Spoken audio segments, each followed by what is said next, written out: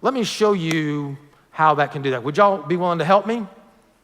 Give me a round of applause if you're willing to help me. You're kind of in this a little bit. All right, here's what all right, everybody here on the lower floor, upstairs, not so sure about that. Here's what I want you to do. I want everybody on this side, this group, and all the group up here to stand to your feet for just a moment. I'm not going to call on you. I'm not going to ask you to sing a solo, anything like that. Just stand to your feet. Now, I want all the people over here to also stand to your feet in this section, and this section in here along with me. Just stay seated. If y'all would just stand up, okay? Stand to your feet. The Bible says there's 3 different groups of people in the church, 3 different groups.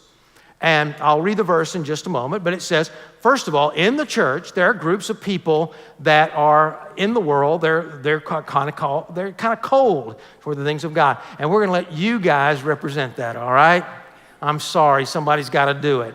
Now, even the band's over here. Chris is over here smiling. He's okay with it. Just an illustration. And we're going to let these people represent those that are really passionate for God, okay? That's what I like to hear. Now, all of us are just sort of in the middle. We're not passionate for God, but we're not of the world either.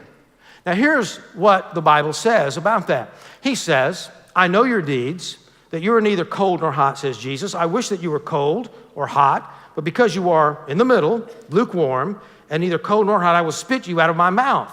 Well, that's saying something really bad about us. You say, well, Pastor, I wish you hadn't read that verse, but you're going to want to know why. Because it says this, because you say, why are we lukewarm? Now, again, this is just a representation.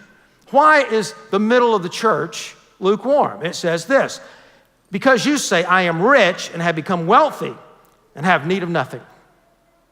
You see, this group over here are in the world, and they have needs in their life. The reason the rich young ruler came to Jesus and asked him the question is because something was missing in his life. Something was just not there.